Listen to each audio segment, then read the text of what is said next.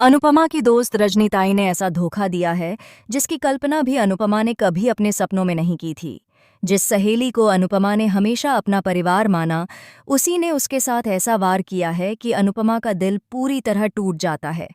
यह धोखा सिर्फ एक दोस्ती का नहीं, बल्कि इंसानियत का भी है, और यही बात अनुपमा को अंदर तक हिला देती है।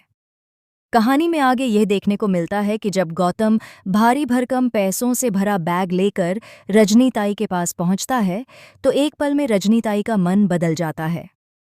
पैसों की चमक उसकी ईमानदारी और दोस्ती पर भारी पड़ जाती है। वह सोचती है कि इन पैसों से उसकी जिंदगी बदल जाएगी, और इसी लालच में वह चौल को गिराने का फैसला कर लेती है। लेकिन उसके रास्ते में सबसे बड़ी रुकावट बनती है अनुपमा।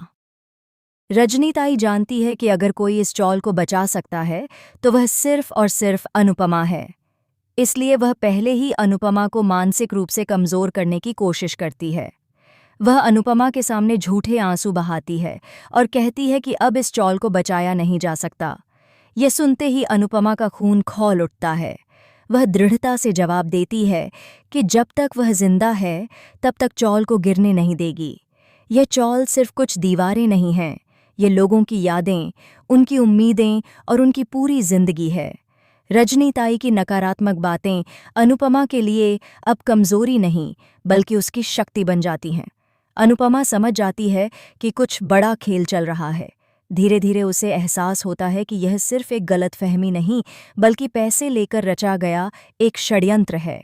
और इस षड्यंत्र का हिस्सा कोई और नहीं, बल्कि उसकी अपनी सहेली रजनीताई है।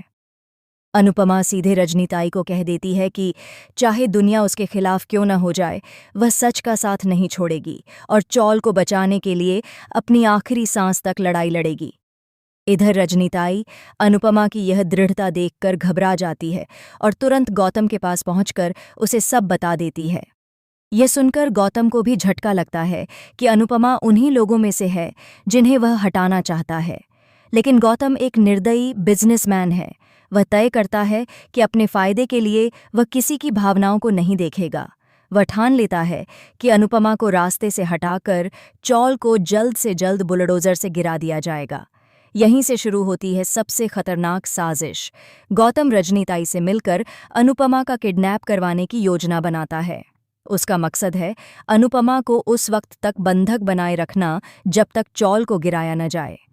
रजनीताई, जो कभी अनुपमा की सबसे अच्छी दोस्त हुआ करती थी, अब उसी की जिंदगी को खतरे में डालने के लिए गुंडों को भेज देती है। यह धोखा किसी तेज चाकू की तरह अनुपमा के दिल में उतर जाता है। लेकिन अनुपमा भी कोई आम औरत नहीं है। जब वह जान जाती है कि उसके खिलाफ इतनी बड़ी साजिश रची जा रही है, तो उसका साहस और भी तेज हो जाता है। वह ठान लेती है कि चाहे उस पर कितने भी वार हो जाएं, चाहे दुनिया उसके खिलाफ क्यों न खड़ी हो जाए, वह चौल को बचाकर रहेगी।